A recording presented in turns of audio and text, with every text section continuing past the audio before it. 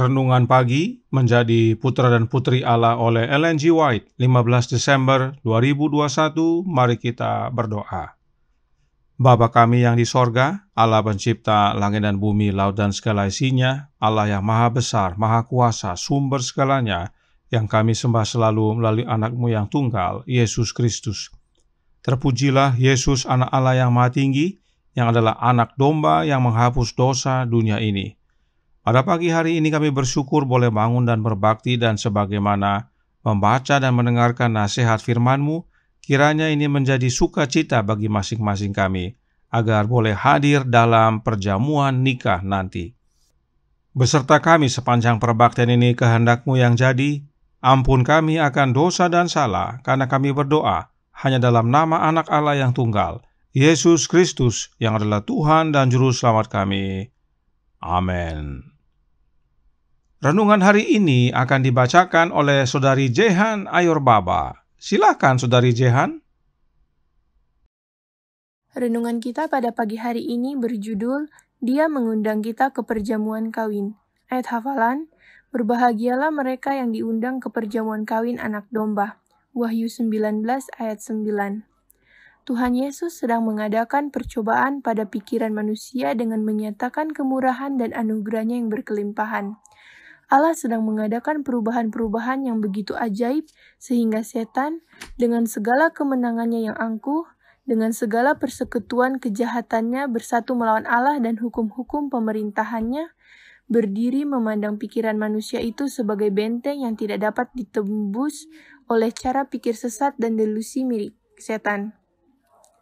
Bagi setan, manusia itu adalah misteri yang tidak bisa dipahami.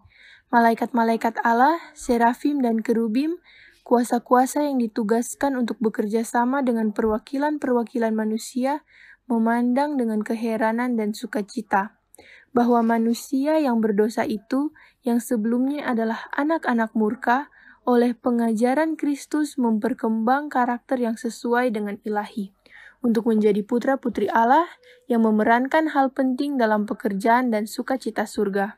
Kepada gerejanya, Kristus telah memberikan perlengkapan yang cukup agar Dia boleh menerima hasil kemuliaan yang besar dari mereka yang ditebus-Nya, miliknya yang telah dibayar. Gereja sedang dikaruniai dengan kebenaran Kristus. Itulah tempat perbendaharaannya, di mana kekayaan kemurahan-Nya, kasih-Nya, anugerah-Nya harus terlihat penuh dan sempurna. Pernyataan dalam doa pengantaraannya bahwa kasih Bapa sama besarnya kepada kita seperti kepada dirinya, anak yang tunggal itu, dan bahwa kita akan beserta dengan Dia di mana Dia berada, selamanya satu dengan Kristus dan Bapa, adalah suatu keheranan bagi warga surga, dan itulah kesukaan besar mereka. Karunia Roh Suci-Nya, kaya, penuh, dan berkelimpahan, haruslah menjadi bagian gerejanya, bagaikan suatu tembok api yang mengelilingi, dan kuasa neraka tidak akan berkuasa mengalahkannya. Dalam kesucian mereka yang tidak bernoda dan kesempumaan yang tidak bercelah, Kristus memandang atas umat-Nya sebagai upah segala penderitaannya, penghinaannya, dan kasih-Nya, serta tambahan kemuliaannya, Kristus, pusat utama dari mana memancar segala kemuliaan.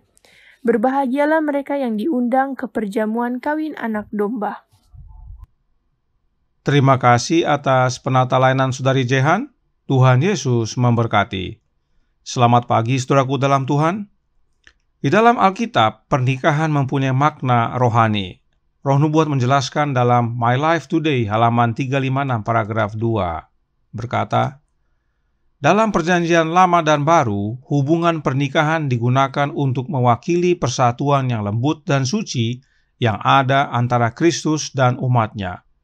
Dalam pikiran Yesus, kegembiraan pesta pernikahan menunjuk pada kegembiraan hari itu ketika Dia akan membawa pulang pengantin perempuannya ke rumah Bapa, dan orang-orang yang ditebus dengan penebus akan duduk di perjamuan kawin anak domba. Dia berkata, seperti girang hatinya seorang mempelai melihat pengantin perempuan, demikianlah Allahmu akan girang hati atasmu. Inilah gambaran pernikahan yang terdapat di dalam Alkitab. pernikahan itu menyatakan persatuan lembut dan suci antara Kristus dan umatnya. Nah, ayat inti renungan hari ini berkata, berbahagialah mereka yang diundang ke perjamuan kawin anak domba. Siapakah yang diundang tersebut? Sudah tentu umat-umatnya. Jadi, pernikahan adalah lambang persatuan Yesus dengan umat-umatnya, sementara perjamuan kawin atau pesta pernikahan adalah lambang dari sukacita atau kegembiraan saat Yesus membawa pulang pengantin wanitanya ke rumah Bapanya. Karenanya, semuanya adalah tentang Kristus dan umat-umatnya. Pertanyaannya adalah, umat yang mana?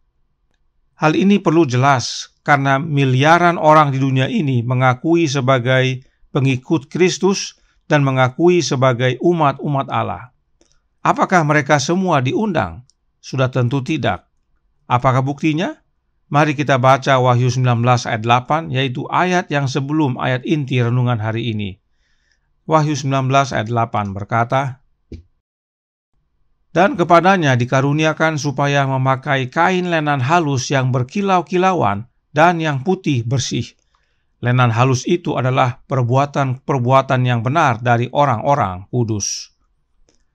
Orang-orang yang memakai kain lenan halus inilah yang diundang ke perjamuan kawin anak domba.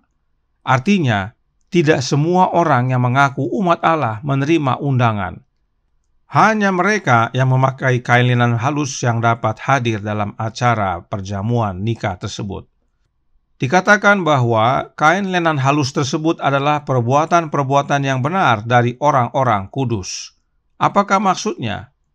My Life Today halaman 272 paragraf 2 melanjutkan. Dengan pakaian pesta dilambangkan karakter yang murni dan tanpa noda yang akan dimiliki oleh para pengikut Kristus yang sejati.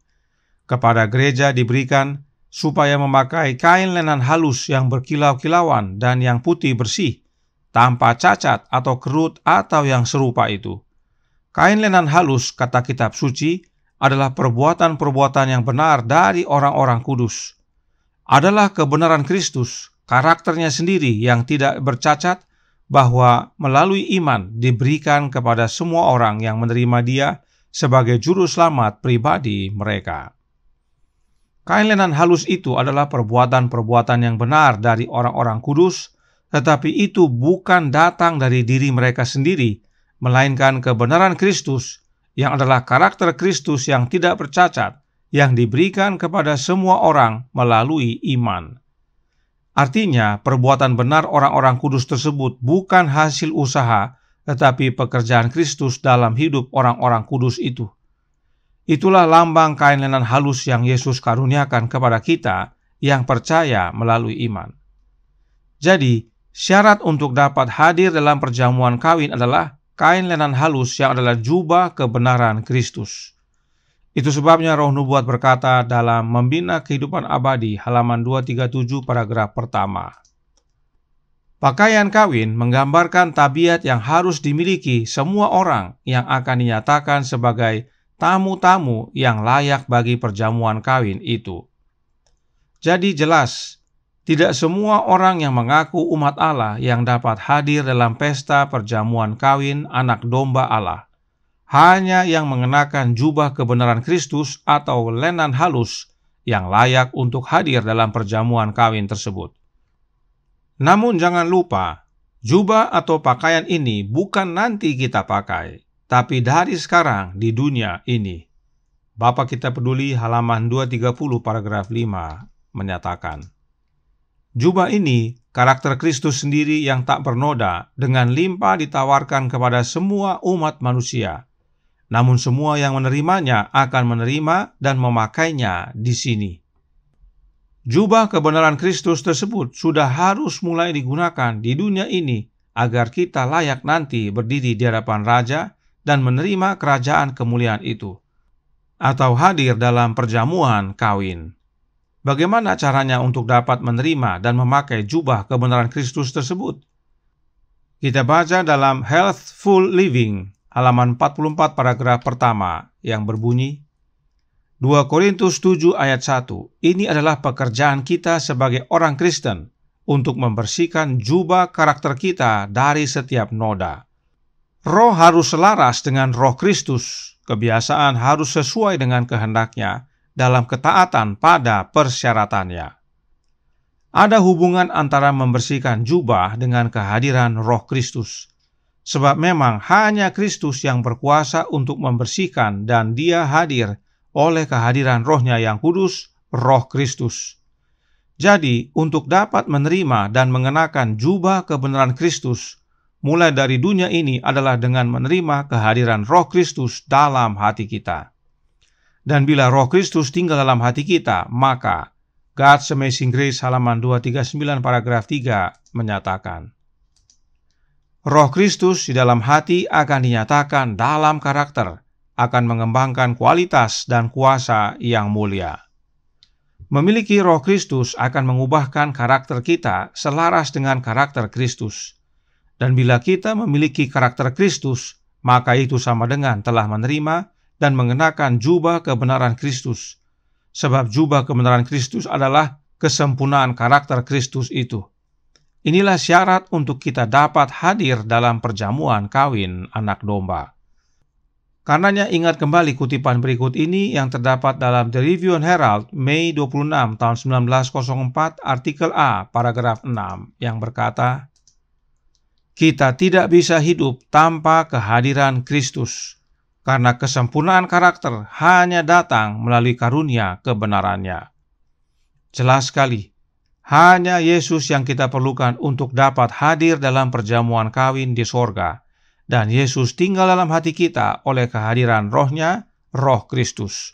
Tuhan memberkati, saya bawa dalam nama Yesus. Amin. Mari kita berdoa.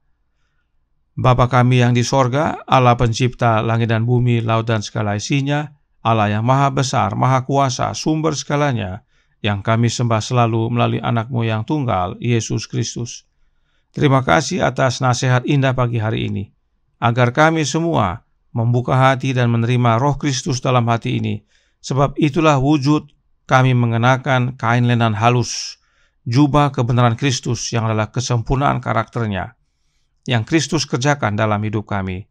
Sebab itulah yang melayakkan kami untuk hadir dalam perjamuan nikah anak domba.